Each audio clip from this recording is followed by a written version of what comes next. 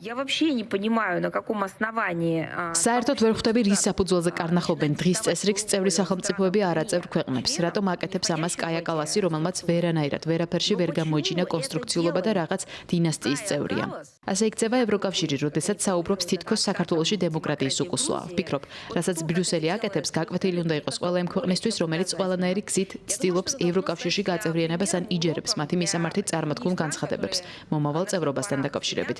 ეს გაკვეთილი უნდა იყოს მათთვისაც კი, ვინც ცდილობს მჭიდრო კავშირი ჩამოაყალიბოს ევრობლოკთან. აი ასე დაგალაპარაკებიან თქვენს, გაუგებარია ვინ და რატომ ან რის საფუძველზე. თავს ისე აჩვენებენ თითქოს აქვთ უფლება ასე დამამცირებლად ესაუბრონ სუვერენულ სახელმწიფოს, რომელსაც აქვს უზარმაზარი საინტერესო და მდიდარი ისტორია. დასრულდა ის დრო, როდესაც კანდიდატის სტატუსის მქონე ქვეყნებს ელოლიავებოდნენ ან თუნდაც სიტყვიერად ითვალისწინებდნენ მათ ინტერესებს. არ მგონია ამ დროს ევროკავშირი ოდესმე დაუბრუნდეს. ევროპის გზაზე დადგომა ახლა არის ეროვნულ სუვერენიტეტსა და ღირებულებებზე სრულიად უარის თქმა. შეხედეთ, კაია კალასმა თქვა, თითქოს საქართველოს დემოკრატიულ გზაზე უკან დაიხია. რამდენადაც მახსოვს, ის ესტონეთიდან არის. ესტონეთი ყოველთვის იყო საინტერესო დიდი ბრიტანეთისთვის. დიდ ბრიტანეთში ახლახან ამოქმედა კანონი ინტერნეტში მოქალაქეების ტოტალური კონტროლის შესახებ. კითხვა მაქვს, რატომ არ სცალია კაია კალას დიდ ბრიტანეთში დემოკრატიის უკუსლაზე სასაუბროთ? ასწავლოს ლონდონს, როგორ არ დაიხიონ უკან დემოკრატიის გზაზე.